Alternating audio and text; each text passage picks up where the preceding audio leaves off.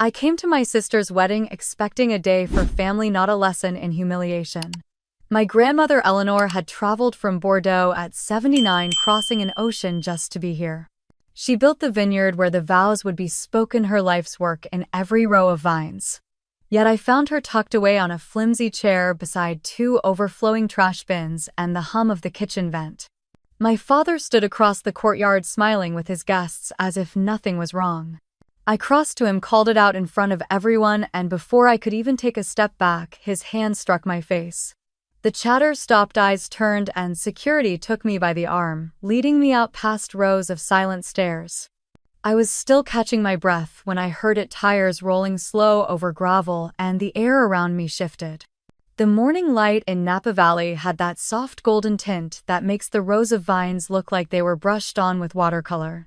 I turned off the highway and followed the narrow road toward Carmen's Grace, the vineyard my grandmother built decades ago. My hands had been gripping the wheel for hours on the drive from Portland, and yet the sight of those hills made my stomach tighten instead of relax. The parking lot was already crowded with imported cars, polished so bright they threw little flashes of sunlight across the gravel. I slipped my old sedan into a space at the far end and sat there for a moment staring at the main house. White stone, green shutters, the smell of roses drifting even this far out. My little sister's wedding day. Sabrina Cole, the center of attention since she could walk, was about to take that attention to a whole new level. Inside the courtyard, the air was busy and fragrant. Waiters in crisp black vests carried trays of champagne flutes that glittered in the light. Women in satin gowns leaned in to kiss cheeks. Men in tailored suits shook hands like deals were being made. I walked slowly, taking it in the sound of a string quartet under the pergola mixing with the murmur of small talk. I saw her before anyone else did. My grandmother Eleanor Whitford was sitting alone at the far side of the patio. Her cream jacket was pressed, her silver hair set neatly, but the chair beneath her was a flimsy white plastic one pushed against a wall beside two overflowing trash bins. The air there carried the sour hum of the catering vent. She looked impossibly small in that corner, but when her eyes found me, they lit up. I crossed the patio quickly, ignoring the way a few guests glanced at my off-the-rack dress. "Grandma, what are you doing back here?" I asked, touching her hand. Her skin was cool. "They said this was my place," she said softly, and gave a small shrug like she was trying to make it sound like nothing. I looked around. 20 feet away, the family table gleamed under white linen and crystal. Empty seats, gold name cards waiting. My jaw tightened. Across the courtyard, my father was standing with a group of men, his shoulders squared, laughing at something one of them had said. Robert Cole, always the host, always the one in control. I walked straight toward him, heels clipping against the flagstone. "Why is Grandma sitting by the trash?" I asked loud enough that his friends heard. He glanced past me toward her corner and then back at me, his smile fixed in place. "She insisted," he said. "No, she didn't. There are empty seats at the family table." His expression hardened. "Marissa, this is not the time." "It's exactly the time," I said, feeling the heat rise in my face. "She flew all the way from France to be here, and you put her next to the garbage." He leaned in, his voice low but sharp. "That old woman doesn't belong at the front. She smells like mothballs, and she'll talk about the vineyard like she still runs it." My chest went cold. "She built that vineyard," I said, "and you're embarrassing yourself." Something flickered in his eyes, something ugly and fast. Before I could step back, his hand came across my face hard enough to make the courtyard spin for a moment. The sound cracked the air, louder than the quartet, louder than the chatter. A few gasps broke the silence that followed. "You don't speak to me like that," he said, his jaw tight. "Security, show her out." I tasted metal and kept my eyes on his. Around us, people stared, pretending they weren't. My father's friends shifted uncomfortably, but no one spoke. A man in a black suit approached, his hand gesturing toward the exit. I straightened my shoulders and turned without a word. The walk across the patio felt longer than the drive from Portland. I caught sight of Sabrina in her gown, the lace glittering under the afternoon sun. She was standing with her new in-laws, smiling for a photo, and when her eyes met mine, she didn't frown, didn't wave, didn't do anything at all. By the time I stepped through the side gate, the laughter and music had closed behind me. I crossed the gravel path toward the edge of the parking lot, the smell of blooming jasmine giving way to the faint diesel scent from the delivery trucks. The sting on my cheek throbbed in rhythm with my heartbeat, but I kept my chin up, moving toward the far wall that edged the property. I found a low stone bench in the shade of an olive tree and sat down, my hands folded in my lap. From here I could see the vineyard stretching into the distance, rows and rows of green under the pale sky. Somewhere inside, champagne corks were popping, toasts were being made, and my grandmother was still sitting beside the trash. I didn't cry. I just watched the dust settle on the road and listened to the distant hum of voices, wondering what in the world could possibly come next. The sound reached me before I saw anything, a deep, steady crunch of heavy tires on gravel. I lifted my head toward the main drive, and the afternoon light caught the curve of a long black limousine easing its way under the olive trees. Sunlight slid across the dark windows, glinting like a signal. Behind it, two smaller sedans followed in slow formation. For a second, I thought I was imagining it, that maybe some late guests had decided to make an entrance. But then the flags on the front fenders came into view, the kind you only see on diplomatic cars, and I felt the air shift. The drivers kept their pace, unhurried, the kind of arrival that told everyone they belonged here.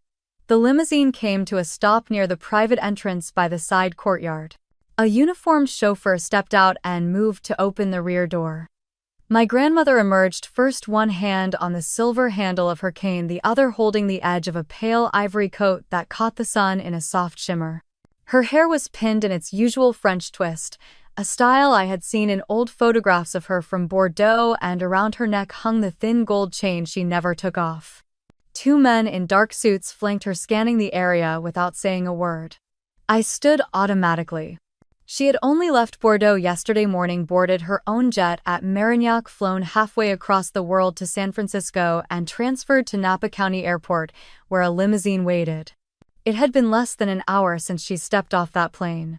Now she was here, her presence as sharp and deliberate as the first cut of pruning shears in spring.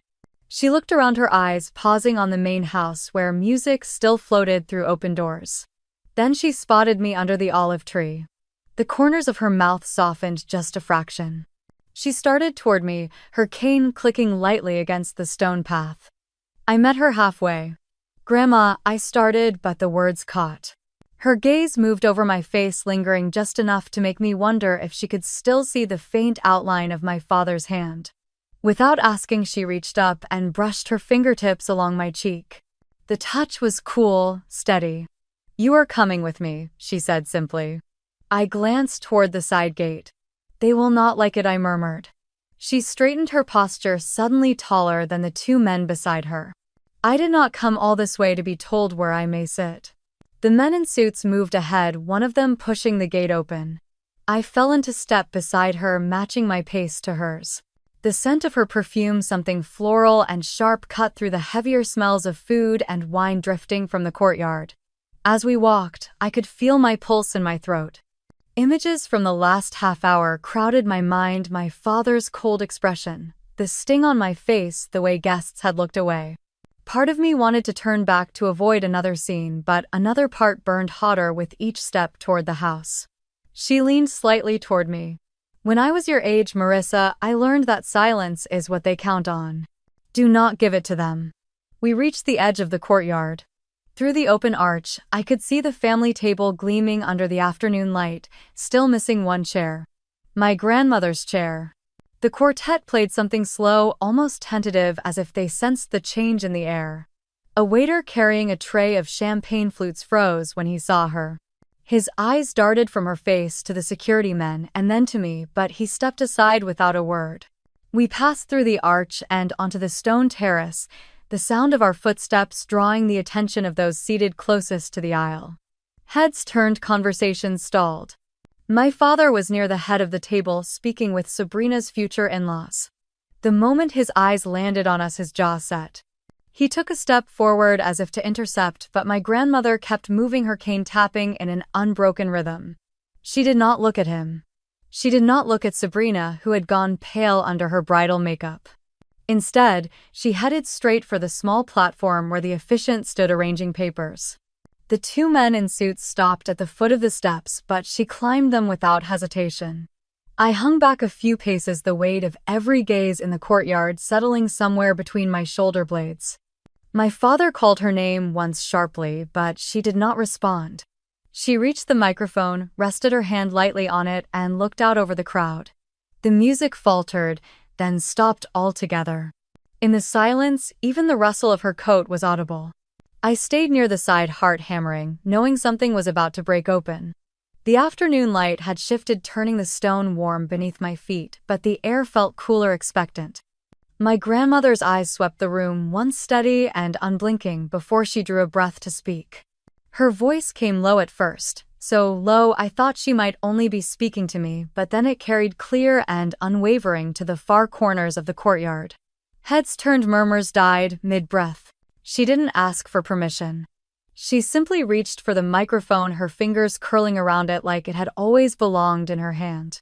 I am Eleanor Bennett, founder of Carmen's Grace. The one who planted the first vines when this land was still dust and hope. The one who poured decades into making this place a home.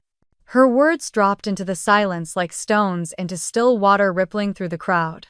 Even the waitstaff froze, with trays balanced midair. The string quartet at the far end of the terrace lowered their bows. She looked at the crowd, not flustered, not apologetic. Then her gaze settled on my father.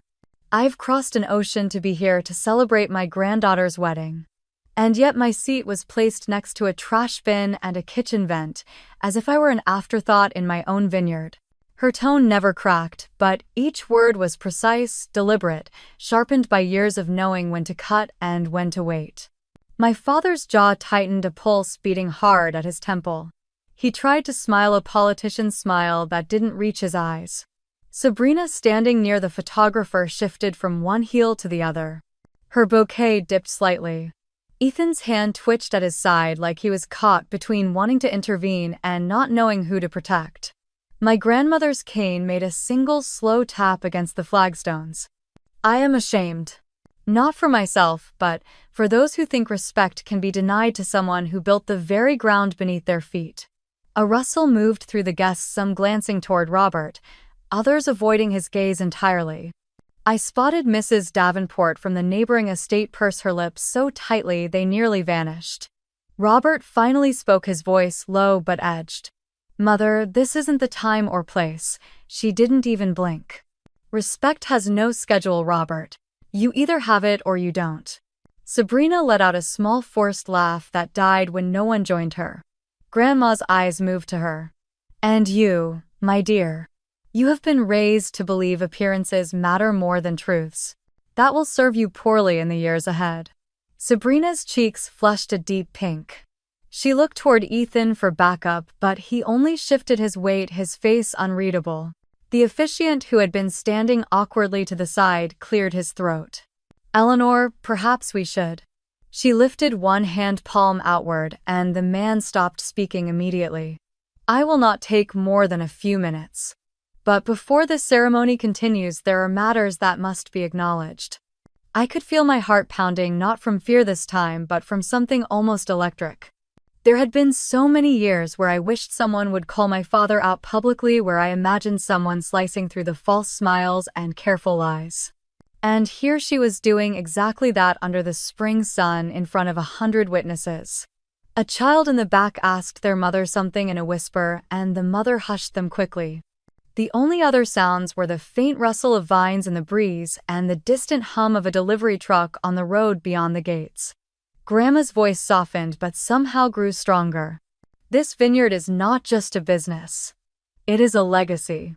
It is family. And I will not stand by while that legacy is tainted by cruelty or greed. My father took a step forward, but she turned slightly, angling her cane like a quiet warning. I watched the tendons in his hands pull tight, his breath drawing in sharply through his nose.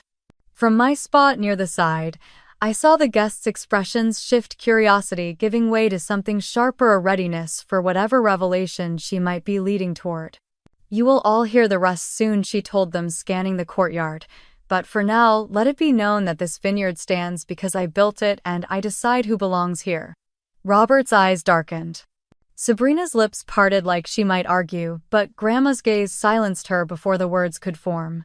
The moment felt stretched, suspended in the warm light, and yet the air around us was taut as wire.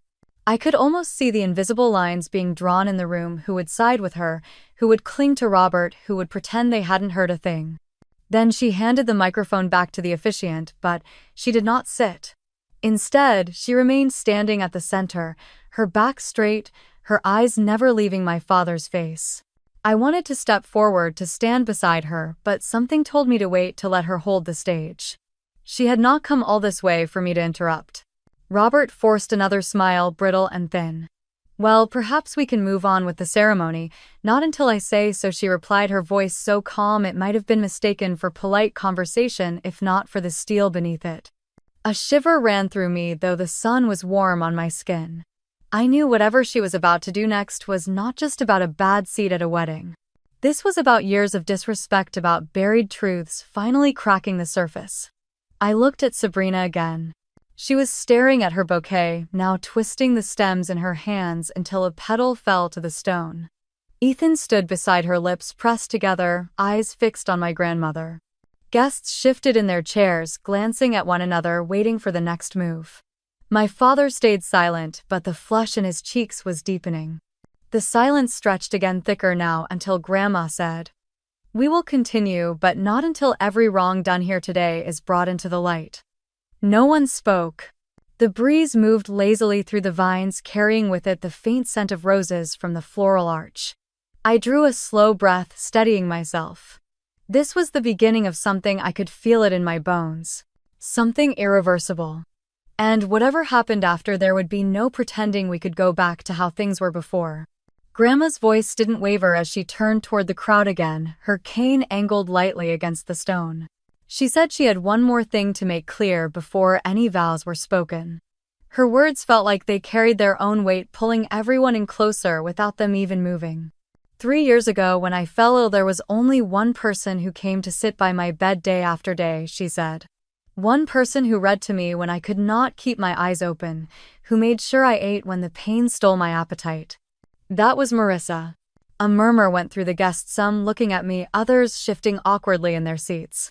My cheeks warmed, not from shame but from the unexpected swell of hearing her say it out loud. She lifted her chin slightly, eyes sweeping the front rows. Because of that, I made changes to my will in 2021.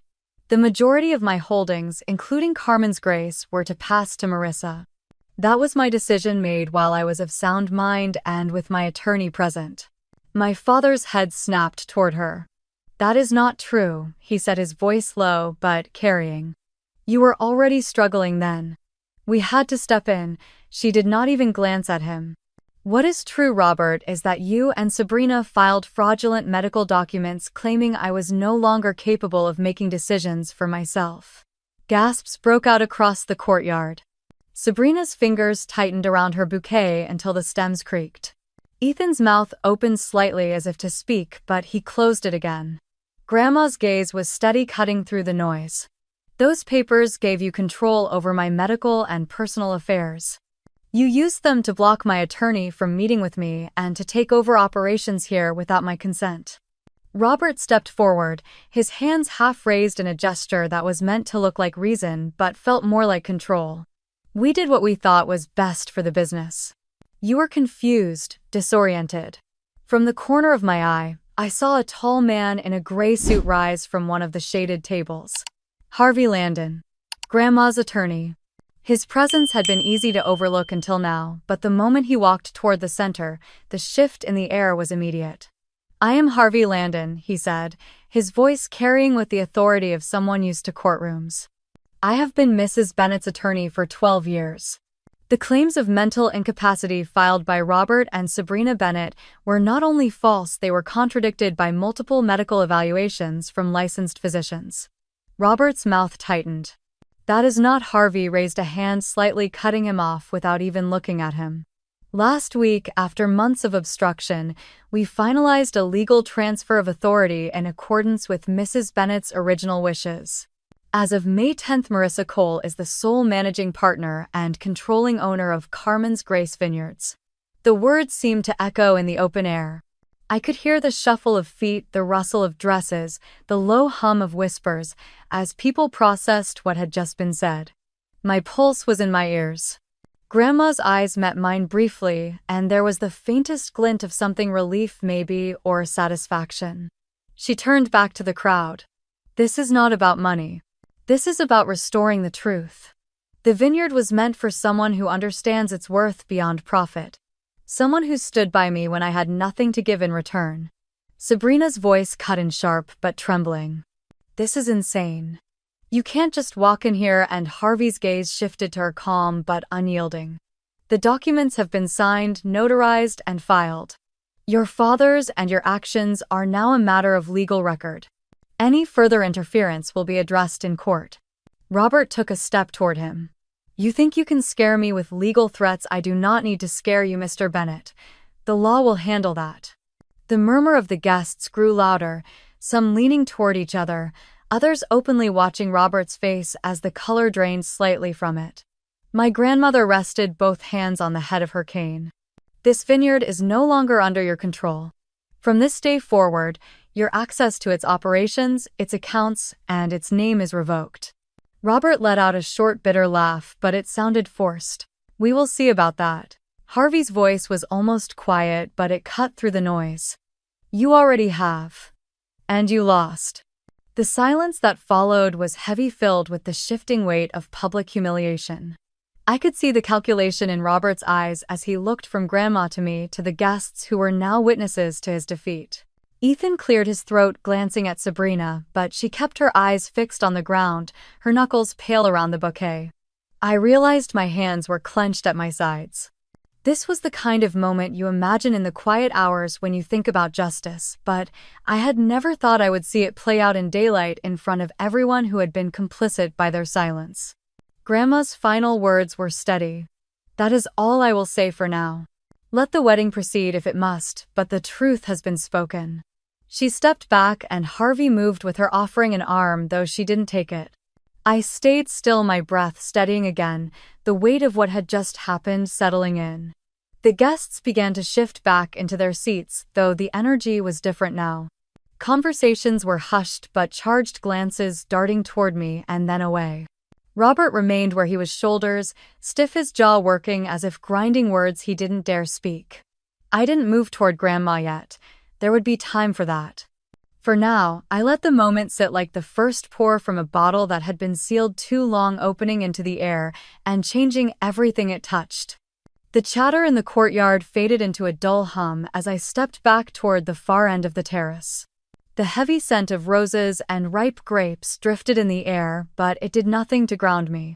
My mind had already slipped somewhere else, to a time before the titles, the legal battles, and the whispered accusations. I remembered being 8 years old, running between the vine rows while the fog from the bay curled low across the fields. Back then the vineyard felt like a kingdom, though I was never the favored child in its court. My father's hand always seemed to rest heavier on Sabrina's shoulder, his smile reserved for her piano recitals and school awards. When I brought home drawings or essays, his response was polite but distant, like he was humoring a stranger's child. Even at that age, I understood the unspoken hierarchy. Sabrina was the daughter who could do no wrong. I was the one who had to stay out of the way. That winter in 2021 was when everything shifted. A storm had swept across Northern California, rare for Napa icing over the hills and cutting power for miles. I was living in Portland then, but when Grandma called and I heard the weakness in her voice, I packed my truck and drove through snow that fell in thick, blinding sheets. By the time I reached Carmen's Grace, she was feverish, coughing so hard it shook her frame. The house was cold, the generator out, her phone almost dead. There was no sign of my father or Sabrina. Later, I would find out they had been in Maui, sending photos of themselves drinking from coconuts. I stayed with her for 2 weeks, sleeping on the couch in the sitting room so I could hear if she woke in the night. I cooked soup on the wood stove, brought her tea, and read her the letters she had saved from my grandfather. It was the first time in years I felt like I belonged somewhere. It was during one of those evenings when the wind rattled the shutters and the fire crackled low that she took my hand and told me she had changed her will. I remember the way her voice caught, as if she wasn't sure she should even say it, but she wanted me to know. She said I was the only one who had shown her the kind of loyalty she could not buy. That moment had been buried under months of silence after she recovered. Calls went unanswered. Letters came back unopened. I had thought maybe she had changed her mind, or maybe my father had convinced her I was after her money. Now, standing in the shadow of the courtyard, I understood. He had made sure I was cut off. He and Sabrina had built a wall around her brick by brick until she could barely see past it. Grandma must have sensed my thoughts, because later, when the crowd began drifting back toward the reception hall, she found me near the edge of the terrace. Her hand was warm when it closed over mine. "There is more you should know," she said, her voice low. "Do you remember the Carmen's Grace Scholars?" Of course I remembered. It was the scholarship program she had started 15 years ago, offering full tuition and living expenses for underprivileged students in the valley. Every year she hosted a dinner for the recipients. It had been one of the few traditions that seemed to bring her joy. "I haven't seen anything about it in recent years," I said. "I thought maybe you stopped funding it." Her gaze shifted toward the hills where the vines shimmered gold in the late light. "I never stopped funding it, Marissa. But when I asked for the annual report last month, there was no mention of the scholarship at all. Not one line." A knot tightened in my stomach. "You think they shut it down?" She hesitated. "I think something happened to the funds. Money doesn't disappear by accident." The thought lodged in my mind and wouldn't let go. My father and Sabrina hadn't just tried to control the vineyard. If the scholarship fund was gone, it meant they had taken something that wasn't even for them. Something meant to give kids a chance they never had. I looked toward the reception hall, where laughter was starting to rise again, brittle and forced. If they had misused that money, it was more than greed. It was theft. Grandma's hand squeezed mine gently before she let go. "I can't prove anything yet, but I know you. You will find out." The weight of her words settled on me like the winter snow from that storm 3 years ago. I had walked into this day expecting another cold dismissal, another reminder that I was an outsider in my own family. Instead, I had been handed something else entirely, a thread, and I knew I was going to pull it. I watched as she walked back inside, her cane tapping softly against the stone. The air felt different now, cooler despite the sun. Somewhere in the distance, the murmur of conversation swelled, the clink of glasses rising in time with the music. I stayed where I was for a moment longer, my eyes fixed on the edge of the vineyard. The light was fading, and with it the neat shadows of the vines began to blur. But in my mind, everything was sharper. The scholarship fund had been a promise. If that promise had been broken, I would find the proof. And when I did, it would not be whispered behind closed doors.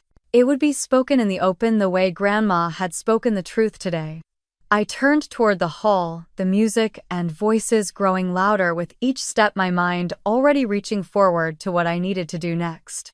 Halfway across the courtyard, a flicker of movement near the side gate caught my eye. A man stood half in the shadow of the stone wall, his baseball cap pulled low, his jacket collar turned up as if he didn't want to be recognized. I almost kept walking, thinking he was a vendor or one of the catering crew on a break, but then he lifted a hand in a quick, deliberate signal. "Marissa Wright," he said when I got close enough to hear. His voice carried that rough edge of someone who had been chewing on frustration for too long. "I'm Caleb Foster. I used to manage production here." I remembered the name vaguely. Someone had mentioned a shakeup in the staff last year, but I hadn't paid much attention. Still, there was something urgent in his eyes, a kind of contained desperation. "I think you should see something," he said, glancing toward the corner, as if expecting someone to appear. "Not here." I followed him out through the narrow service gate and into the gravel path that wound toward the parking area. The hum of the reception dimmed behind us. He stopped near a line of delivery vans and pulled a small flash drive from his pocket. "This," he said, holding it up, "is the reason they fired me." "What is it?" "Security footage. From the fermentation room." My pulse quickened. "And why would that get you fired?" "Because it shows your sister and your father in there at 2 in the morning, he said flatly. "And they weren't just looking around. They were pouring something into one of the tanks." I stared at him. What tank? The last batch your grandmother worked on before she stepped back, he said. She was proud of it. It was supposed to be bottled last fall. I felt a cold rush down my spine. What were they pouring? Industrial solvent. I checked the supply inventory the next day. A jug was missing. He went on to explain how he had caught it on a motion-triggered camera he'd installed after a series of unexplained delays in production. He had taken the footage straight to Robert, thinking it was some kind of mistake, but within a week, Caleb was out of a job. The official reason was breach of protocol for installing unauthorized cameras. And the wine? I asked. They ordered a sanitation flush on that tank, he said. Signed off as an emergency cleaning after suspected contamination. Signature was Sabrina's. He paused. If that wine had been bottled, it would have been worth 6 figures at auction. I closed my hand around the flash drive, feeling its sharp edges press into my skin. Why are you bringing this to me? Because you're the only one with the leverage to do anything, he said. And because your grandmother deserves to know what they did. The air around us felt heavier. I knew this was more than just sabotage. This was about erasing the last tangible mark Grandma had made on the vineyard's craft. I'll look at it, I said, finally. And Caleb, thank you. His mouth twitched in something between a nod and a grimace. Just be careful. They don't play fair. I slipped the drive into the inside pocket of my dress jacket and walked back toward the building, the sound of my heels crunching on gravel louder than it should have been. Inside, the music hit me again, warm and falsely cheerful. I moved through clusters of guests until I reached an empty corner by the window. Pulling out my phone, I sent a quick message to someone I trusted in Portland asking if they could scan and duplicate the contents of a flash drive discreetly. I didn't want to be the only one holding this evidence. As I slipped the phone back, I caught sight of my father across the room. He was laughing too loudly with a pair of business associates, his hand resting possessively on Sabrina's arm. She wore that polished smile she had perfected for photographs, but her eyes darted once toward me and then away. I wondered if they already suspected I knew something. If they realized that each step I took now was toward a place they couldn't control. The thought of the scholarship fund rose again in my mind, weaving itself together with what Caleb had told me. If they were willing to destroy a batch of wine for reasons I couldn't yet see, what would stop them from siphoning money meant for students? The rest of the evening blurred. I made polite small talk with a few guests, keeping my eyes and ears open. Every casual laugh and whispered aside felt like a layer over something darker. When the band struck up another slow number, I excused myself and found a quiet corridor near the offices. The door to the administrative wing was locked, but I knew from working summers here that the key was usually kept behind the concierge desk. 10 minutes later, I was inside the dim hallway, the hum of the reception now just a faint echo. I didn't have time to search everything, but I found the file cabinet marked philanthropy and pulled the most recent reports. My fingers hesitated as I scanned the pages. The Carmen's Grace Scholars Program wasn't just absent from the financial summaries, it was scrubbed entirely as if it had never existed. I slid the files back exactly as I found them. My heart was steady now, the way it always was when I locked onto something I couldn't let go of. This wasn't the place to confront them, not yet. That would come later in a room where they couldn't lie their way out. But tonight, I had taken the first steps. I walked back toward the reception, the weight of the flash drive pressing against my jacket like a promise. By Monday morning, I was standing outside the boardroom on the second floor of the administrative wing, my palms flat against the cool leather of my portfolio. Harvey Landon arrived right on time, his briefcase in one hand and that unshakable calm in his eyes. He gave me a quick nod before pushing the door open. Inside, the room was already filling with the low murmur of voices, the long mahogany table ringed with the vineyard's board members. The morning light spilled through the wide windows, glinting off the rows of framed wine awards that lined the far wall. Robert sat halfway down the table, a forced ease in his posture. Sabrina beside him in a silk blouse the color of champagne. She glanced at me once, and then down at her phone. We took our seats near the head of the table. Harvey placed a slim bottle wrapped in protective cloth on the table in front of him, and beside it a small drive and a clear evidence bag. Thank you all for coming on such short notice. Harvey began, his voice carrying without strain. This meeting concerns matters of significant urgency to the integrity of Carmen's Grace Vineyards. Robert leaned back, folding his arms. I hope this isn't going to be another one of Marissa's dramatics. I didn't answer. Harvey gestured to me and I slid the evidence bag forward. This is a copy of footage recorded in the fermentation room late last summer, Harvey said. The original has been secured. We will now view it in full. The lights dimmed and the screen at the far end flickered to life. Grainy black and white footage filled the space. There was no mistaking the two figures stepping into the room, glancing over their shoulders. Robert's profile was clear, the set of his jaw, the way he moved like he owned every inch of the place. Beside him, Sabrina lifted a large container, the label facing the camera for one unmistakable second. The footage showed them tilting it over the open hatch of a fermentation tank.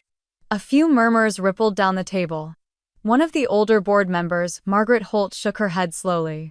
The video ended. The silence that followed was sharp. Robert was the first to speak. This is absurd. That's not what it looks like. It looks exactly like what it is, Harvey said evenly. Sabotage of a production batch valued at approximately $120,000. Sabrina's voice cut in higher than usual. This is obviously staged. Caleb Foster has been holding a grudge ever since he was let go. He probably doctored this. From the back of the room, a chair scraped. Caleb stepped forward, a folder in his hands. If I may, he said, and Harvey nodded him toward the table. Caleb laid out a copy of his termination notice and the incident report that cited unauthorized surveillance equipment as the reason for dismissal. He pointed to the signature lines, the dates, the internal memos that contradicted each other. If I was making this up, why would they go to the trouble of writing two different explanations for firing me, Caleb said. The board members leaned in, scanning the pages. Margaret Holt looked directly at Robert. I have known your family a long time, she said, but this is not something we can ignore. Another member, a retired vintner named Paul Reeves, spoke next. I move that both Robert and Sabrina be suspended from any operational authority pending a full investigation into this footage and related matters. Robert's chair creaked as he sat forward. You can't be serious. This is my vineyard. It is not your vineyard, Harvey replied quietly. And as of last week, you no longer hold controlling authority. The vote was swift. Hands rose one after another until only Robert's and Sabrina's remained lowered. Margaret recorded the motion as passed. Effective immediately, you are to refrain from entering any production or administrative areas without written clearance from this board. Margaret said, her voice clipped. Robert's face flushed a deep red, but he said nothing more. Sabrina stared at the table, her hands tight in her lap. Harvey began gathering the bottle and the drive. We will also be conducting a review of all financial and operational records, he added, particularly those related to charitable programs under the Carmen's Grace name. The mention of the scholarship fund was deliberate, and I caught the smallest flinch from Sabrina's posture. The meeting adjourned, chairs scraping back as members filtered toward the door. Harvey touched my arm lightly. This was the first step, he said. Now we follow the trail wherever it leads.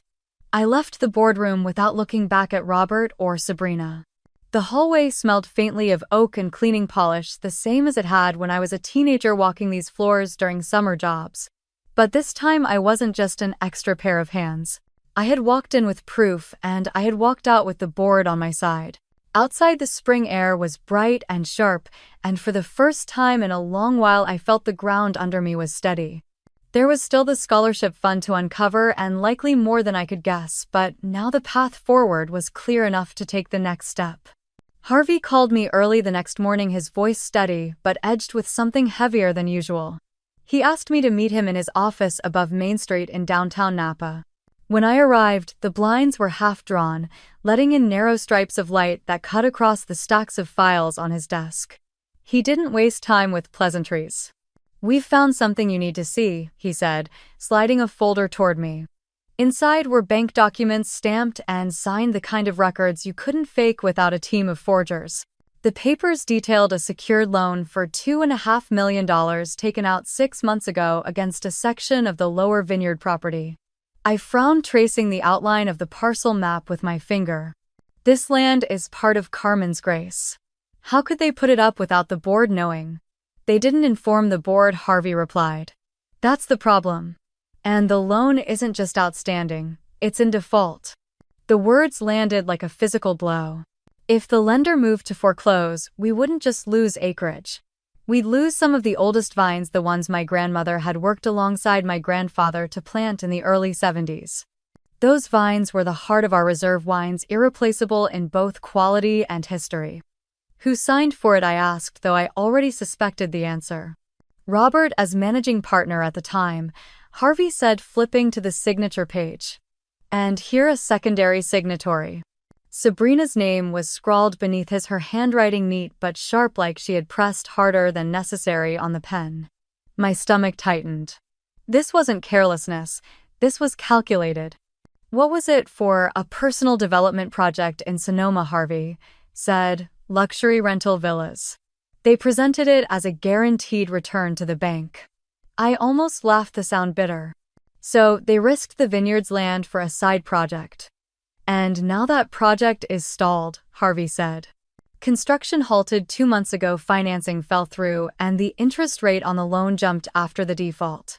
I closed the folder slowly. The board has to know. They will, Harvey said. This afternoon. By the time we entered the boardroom again, the tension was thicker than it had been during the sabotage meeting. Margaret sat with her hands folded, her expression unreadable. Robert and Sabrina were already there, and Robert's jaw clenched when he saw the folder in my hands. Harvey laid the documents on the table. We have uncovered a significant breach of fiduciary duty, he began. 6 months ago, Robert Cole and Sabrina Cole secured a loan of $2.5 million using a portion of the vineyard's property as collateral without board approval or disclosure. Margaret's gaze sharpened. Is this true? Robert shifted in his chair. It was an investment opportunity, the kind that could have doubled our money in a year. And now Margaret's tone was cold. It's delayed. Robert admitted, avoiding her eyes. Sabrina straightened. It's not my fault the investors pulled out. Robert turned to her, his voice rising. You pushed for it, Sabrina.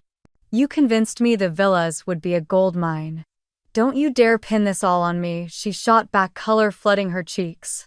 You signed off on it. You handled the bank.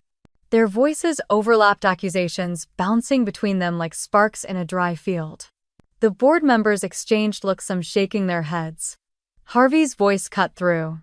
Enough. This is not about deflecting blame. This is about the fact that your actions have put irreplaceable vineyard land at risk. If the lender forecloses, that loss will be permanent. Margaret tapped her pen against the table. I propose we initiate emergency measures to protect the property, including immediate legal intervention to challenge the loan's validity based on the lack of board authorization. The vote passed with only Robert and Sabrina opposed. Robert leaned back, his face pale now, the flush drained from it. Sabrina stared at the wall, her mouth a tight line. As the meeting adjourned, Harvey gathered the documents. He glanced at me once, a subtle reminder that this was only one part of the tangle we were unraveling. Outside, the afternoon sun was bright, but the air had cooled. I could still hear Robert and Sabrina's muffled arguments spilling from the boardroom, their words indistinct but sharp. The fracture between them was widening, and I had a feeling it would split wide open before this was over. I cut across the courtyard, the gravel crunching under my shoes, and headed for the low stucco building that housed the vineyard's older records. The air smelled faintly of lavender from the hedges along the path, and for a moment it reminded me of summers spent here before the politics and betrayals. Those days felt like another life.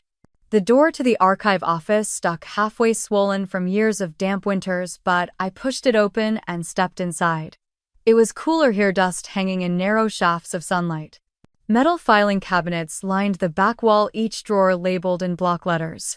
I found the one marked Foundation and Scholarships, the paint on the handle chipped, and unlocked it with the key Harvey had slipped me earlier. The drawer groaned as I pulled it open, the scent of old paper rising up. I slid out the folders for 2021, 2022, and 2023, stacking them on the big wooden table in the center of the room. The older two were thick edges worn from handling, but the last one looked almost empty. In 2021, the Carmen's Grace Scholars Fund had awarded 8 scholarships, each file neatly assembled with applications, committee notes, and thank you letters from the recipients. The pages were full of ambition and gratitude. One boy planned to study soil science at UC Davis, another young woman had been accepted to a viticulture program in Oregon.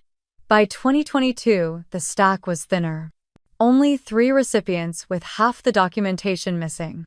There were no committee notes, no photographs from the award ceremony. Then I opened the 2023 folder. A single envelope sat inside holding the paperwork for one small grant, barely a quarter of the usual amount. The rest of the ledger entries for that year were tagged Event Budget Allocation. I followed the trail to the cross-reference binder, and my stomach dropped. The withdrawals matched catering invoices, floral arrangements, luxury tent rentals, and custom glassware orders. Sabrina's wedding. They had drained the scholarship fund to throw her a party. I flipped to the withdrawal forms. Everyone bore Robert's sweeping signature alongside Sabrina's tighter, more deliberate script. The dates lined up perfectly, ending just a week before the first catering trucks arrived at the vineyard. The anger didn't come in a burst. It settled in like a slow frost, creeping into every thought. This wasn't about me anymore. It was about the kids who had worked harvests in the cold mornings, cleaned tanks until their hands cracked, all while dreaming of the chance this fund was supposed to give them. I gathered the folders and walked out into the hall. The hum of conversation came from the break room where a small group of employees sat with coffee mugs in hand. Margaret was there, her hair pulled back, a streak of flour on her sleeve from the kitchen. Elena from the tasting room leaned against the counter while James and Victor from the cellar sat at the table. I placed the files in the center. You should all see this. They looked at me, puzzled at first, then began flipping through the papers. I watched their faces shift. Margaret's mouth tightened. This fund helped my son get to college, she said softly, not looking up. Elena's voice was sharper. These scholarships aren't charity. They're an investment in the community. Those kids carry our name. I pointed to the event invoices. That's where it went last year. James slammed his palm on the table. That's theft. Margaret looked up, her eyes steady. What's your plan? Restore it, I said, and make sure it's untouchable. For a moment, no one spoke. Then Elena straightened. You'll have help. The others nodded one by one. By the time the coffee pot was empty, we had an informal committee. Margaret would reach out to past donors, Elena would organize the annual harvest fundraiser, James, and Victor would connect with former scholarship recipients for stories we could share publicly. The mood in the room shifted from outrage to resolve, like a crew readying for harvest under a darkening sky. I felt the weight of the files in my hands again, but it was different now. They weren't just evidence of betrayal, they were the blueprint for rebuilding. Before leaving, I copied the key pages onto the office scanner, sending the files to a secure folder Harvey could access. Then I slipped the originals back into their cabinet and locked the drawer. As I stepped outside, the late afternoon light had softened, laying gold across the rows of vines. The air smelled faintly of fermenting grapes, even though crush season was months away. Somewhere behind me, laughter rose from the break room, sharp and defiant. The vineyard wasn't just soil and barrels. It was people, and today those people had chosen a side. By the next morning, the courtyard in front of the main tasting room had been transformed. Folding chairs were set in neat rows facing a small podium draped with a white cloth, the Carmen's Grace emblem embroidered across the front. The breeze carried the scent of fresh-cut rosemary from the planters, and beyond the low stone wall, reporters milled about, checking cameras and notepads. Grandma stood just inside the doorway, her ivory coat perfectly pressed, the silver tip of her cane catching the light. Harvey was beside her, sorting through a folder of documents. He glanced at me and nodded once, a signal that everything was ready. We stepped out together. The murmur of conversation softened into silence, cameras lifting to catch the moment. Grandma took her place behind the podium, resting both hands on the edges as if grounding herself in the wood. "Thank you for coming," she began, her voice carrying clear and steady over the courtyard. She spoke first about the history of the vineyard, her years building it from a modest plot into a name respected across the valley and beyond. Then she shifted her tone, firming, "In recent months, this legacy has been put at risk by actions that cannot be ignored." She motioned to Harvey, who placed the first stack of evidence on the podium. The photographs and printed stills from Caleb's video were passed down the rows, reporters leaning in to study them. Images of Robert and Sabrina in the fermentation room at night, pouring from containers marked as industrial solvent. The second set of documents detailed the mortgage taken out against a section of vineyard land without board approval, showing the overdue balance and bank notices. A low hum spread through the crowd, the weight of the revelation settling. And finally, Harvey handed her the last folder. She paused before speaking, as if giving the moment room to breathe. "The Carmen's Grace Scholars Fund," she said, "was created to invest in the future of our community, to ensure that opportunity reached those willing to work for it. Last year it was gutted to pay for private celebrations." The reporters scribbled furiously. Several heads turned toward the back where Robert and Sabrina stood under the shade of the pergola, flanked by two of their friends. Robert's face was set in a mask of defiance, but Sabrina's gaze was fixed on the gravel at her feet. Grandma straightened. "The purpose of this gathering is not revenge," she said, "but restoration. We will repay the scholarship fund in full with interest. We will cover the mortgage to ensure no part of this land is lost. And we will rebuild trust with those who have carried us through harvest after harvest." She gestured toward me. "Effective immediately, Marissa will oversee the restoration of the scholarship program and community partnerships. She has my full confidence." The applause began tentatively, then grew until it filled the courtyard. A few reporters raised their hands for questions. One asked if Robert and Sabrina still held positions within the vineyard. Harvey stepped forward. "As of this morning, both have been suspended from all duties pending a full internal review." A ripple went through the crowd, followed by more questions about potential legal consequences. Harvey kept his responses measured, promising transparency while noting that certain matters were under attorney review. When the formal statements ended, Grandma stepped away from the podium and moved toward the reporters, speaking with them in small groups. I stayed near the side, watching as employees mingled with local residents who had come to see the event for themselves. Several people I didn't know approached to shake my hand, thanking me for what they called the courage to face this head-on. Across the courtyard, Robert leaned in close to Sabrina, his words low and tight, his expression dark. She shook her head, a quick, sharp motion before turning away from him. The fissure between them was widening, just as I had guessed. Margaret found me near the rosemary planters, pressing a warm paper cup into my hand. "You did good," she said simply. I looked over at the podium, now empty but still flanked by the neat rows of chairs. The reporters began packing up their equipment. The last of the documents returned to Harvey's leather case. The light was shifting, turning the stone walls gold, and the air carried that subtle quiet that comes after a storm when people start to believe in the possibility of calm again. As the crowd thinned, I caught Grandma's eye across the courtyard. She gave a single nod, the kind that didn't need words. The following morning began in a gray hush, the kind of quiet that makes even the sound of a closing door feel loud. I arrived at the vineyard before sunrise, the air crisp enough to make my breath visible. Caleb was already at the north gate, leaning against the post with a thermos in his hand. He handed me a cup without saying much, and together we looked over the rows that waited in the soft pre-dawn light. Somewhere in the distance, a lone bird called out, and it felt like the first real beginning we had had in a long time. Grandma joined us not long after, her cane tapping against the gravel in a steady rhythm. She wore her long wool coat, the same one I'd seen her in for years, and a scarf that smelled faintly of cedar. Without ceremony, she told us we were starting in the south field. That was where Carmen had once walked the rows at dusk, testing the grapes with her own hands, and it was where we would replant first. The soil there was dark and rich, holding on to the winter rain. Caleb walked ahead, marking damaged posts and setting aside tools. I knelt down, letting the dirt crumble between my fingers. It felt alive in a way that reminded me why people talked about land like it was part of the family. As we worked, Grandma told Caleb where each varietal would go, her voice firm, her eyes scanning the horizon as if she could already see the vines grown tall. By mid-morning, we had moved to the main office. The air inside still smelled faintly of varnish from the last renovation. On the far wall we hung a frame design that Grandma had kept hidden for decades. It was Carmen's expansion plan drawn in pencil on yellowed paper with notes in the margins in her neat looping script. When the frame was secure, Grandma stepped forward, tracing a line with her fingertip. She said this was meant to open in 2005 before things changed, and for a moment her voice faltered in a way I rarely heard.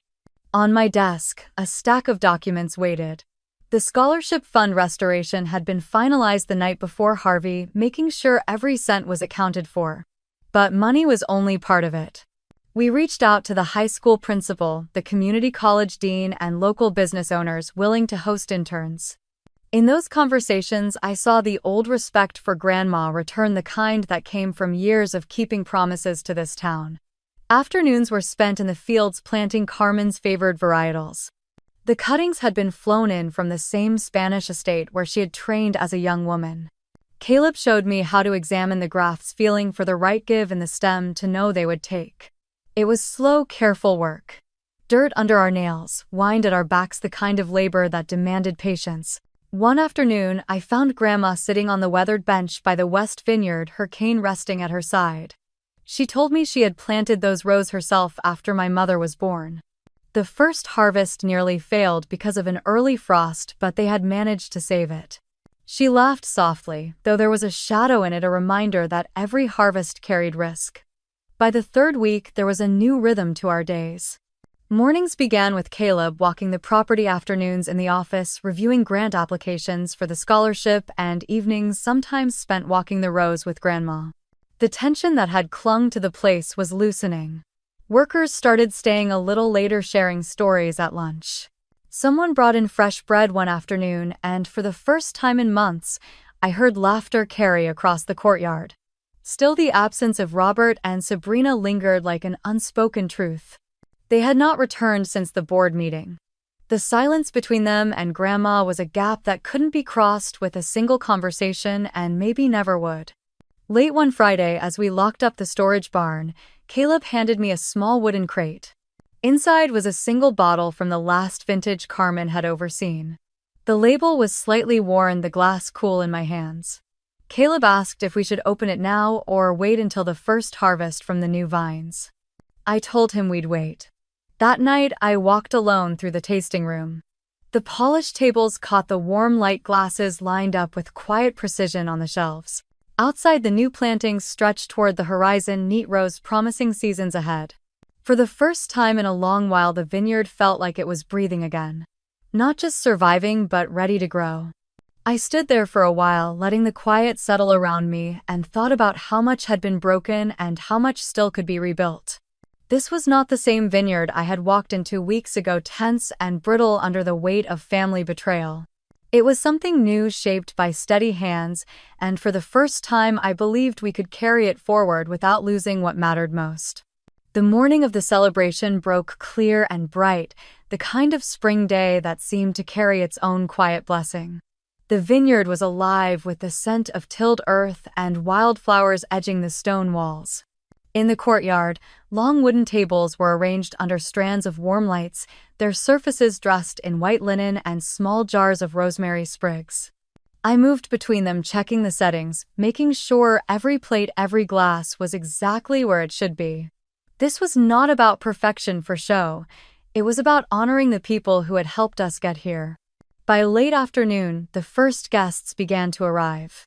I greeted them at the gate, shaking hands, exchanging hugs, and feeling the warmth of their smiles. The crew from bottling brought baskets of bread baked that morning, still warm enough to release steam when torn.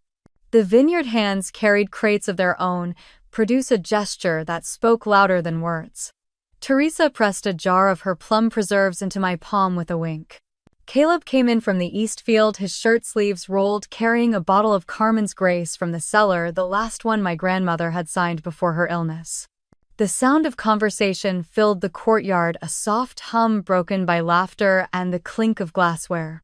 Lanterns swayed gently in the breeze, casting shifting patterns of gold over the stone floor. I glanced toward the head of the table where Grandma sat straight-backed and serene, her cane resting beside her. The pearl earrings she wore caught the light every time she turned her head. These gatherings had once been formal affairs for investors, all polished speeches and calculated gestures. Tonight felt different. It was rooted, real, and shared. As the sun dipped lower, Grandma stood. The movement was slow but steady, and when she raised her glass, the chatter faded until there was only the sound of the wind in the vines.